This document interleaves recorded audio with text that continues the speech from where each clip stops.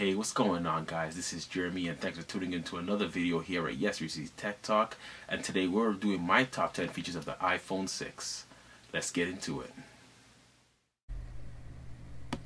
Alright, so getting into our first feature here, I'm going to mention the iPhone 6 Plus's big screen, the big 5.5 1080p screen.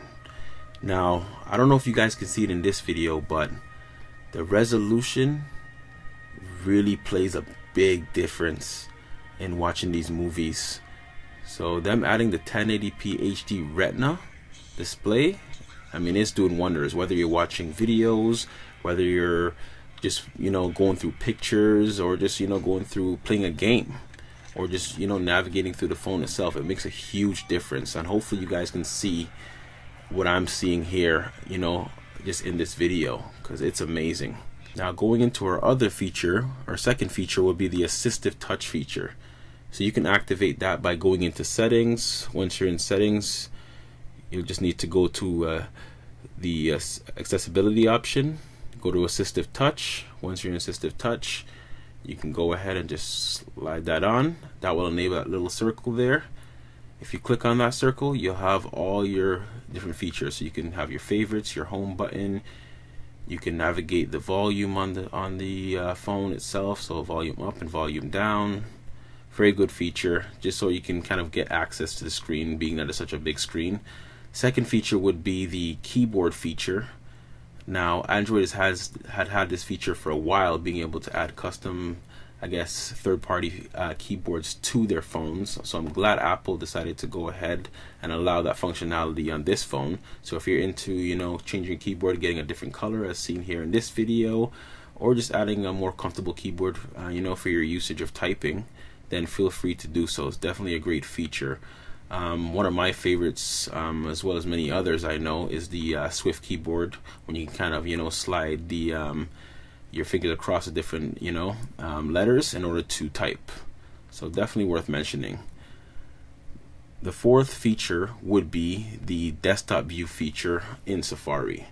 So if you're navigating, let's say, to yahoo.com and you're on that site, you'll be able to, you get to the mobile site, of course. But now you're able to, if you press on the URL feature at the top, you drag down the screen, you'll have an option to request desktop view, or site, I should say. Once you do that, desktop site pulls up as if you're on a computer, and I must say it moves very fluently. So definitely worth mentioning. As you can see, I'm able to scroll through with no issue. The fifth feature would be the copy my data feature. It's more of an app, actually, I should say, but I just thought it was noteworthy, being that coming from an Android phone, I was able to transfer my data over with no issues. What you do is you download the app on both iPhone as well as the Android phone, and it'll allow you to transfer your pictures, your contacts, your calendars seamlessly. As long as you're connected to the same Wi-Fi, you'll find each other and you'll be able to transfer the data.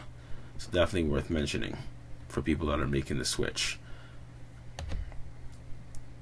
The sixth feature, I will say, would be it's a small feature, but definitely worth mentioning, is when you kind of tilt the phone, hopefully you guys can see it in the video, but the background kind of moves, giving you almost a 3D effect.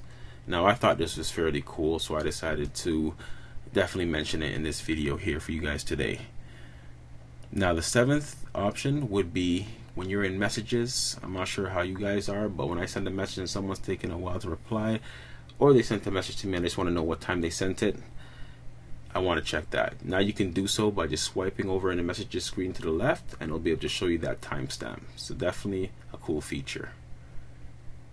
The eighth feature would be the ability to double tap the home button, and you get to your most recent contacts that you have contact with, or your favorites. And this gives you the ability of, if you click on one of the icons or the contacts, you'll be able to quickly send a message, give them a call on their mobile, or do FaceTime.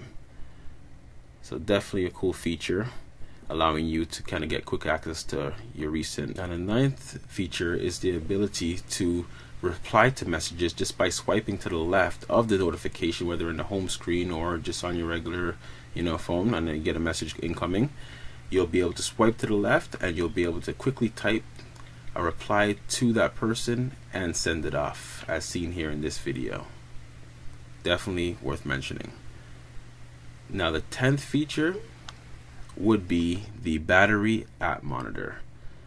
So if you want to know what app's been taking up the most battery, if you go into your settings, you go into general, you go into your battery usage, you'll be able to see what apps are taking off the most battery power. As you can see, for me, it will be Instagram. So that was the 10th feature, and that was it